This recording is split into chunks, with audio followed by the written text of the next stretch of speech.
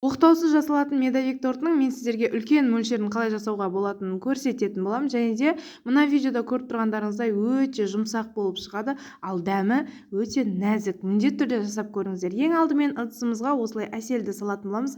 Әселдің сапасы ешқандай да маңызды емес. Қандай әсел қолдансаңыздар да бәрібір. Үстіне чайный ложкадағы сода қосамыз да осыны отқа қойып, дәл мына видеода көрсетілгендей етіп, тоқтамай қозғап тұрсаңыз, өзіңізге қажетті түс шығатын болады. Егер де қоюлау, қап-қара қылып жасаймын десеңіздер, барынша әселді күйдіруге тырысыңыздар. Ал егер де ашық түсін алса, ертерек алыңыздар. Мен осы средний қылып алдым. Одан кейін үстіне ерітілген сары майды саламыз. Екеуін кішкене суығанша араластырамыз. Өйткені үстіне жұмыртқа салған кезде жұмыртқа пісіп қалмауы керек. Сол жұмыртқа піспейтіндей температураға келген кезде үстінен қалған заттарды сала береміз.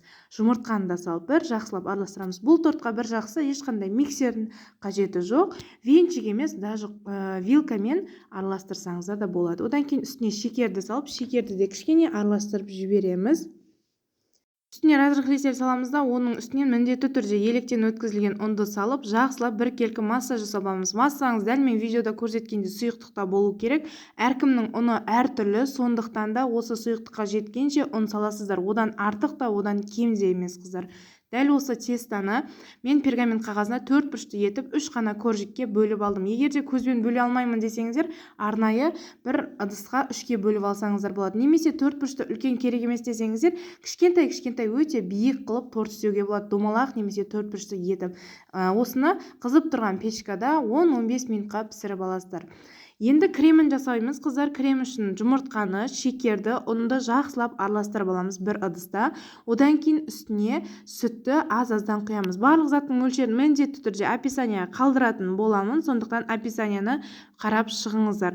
Осы массаны біркелкі етіп араластырамыз. Ешқандай комок қалмауы керек. Сүтті құйғаннан кейін де ешқандай түйіршік қалмайтындай етіп араластыратын боламыз. Осы дайын массамызды отқа қойып, тоқтамай араластырып тұрып, қою масса шыққанша араластырамыз жақсылап. Осылай масса дайын болған кезде, түйіршіктен енді қайнай бастаған кезде газды өшіріп, үстіне бөлме температурасындағы сармайды қосып, сармайды осының ыстықтығында ерітетін боламыз. Міне біздің жұмсақ корждарымыз дайын. Мінсіз корждар өте керемет дәмді болады. Осыны енді тортты жинасаңыз болады. Жан-жағын 4 бұрышты етіп бірдей қылып кесіп алдым да, кремін жағып, тортты жинап шықтым, қыздар.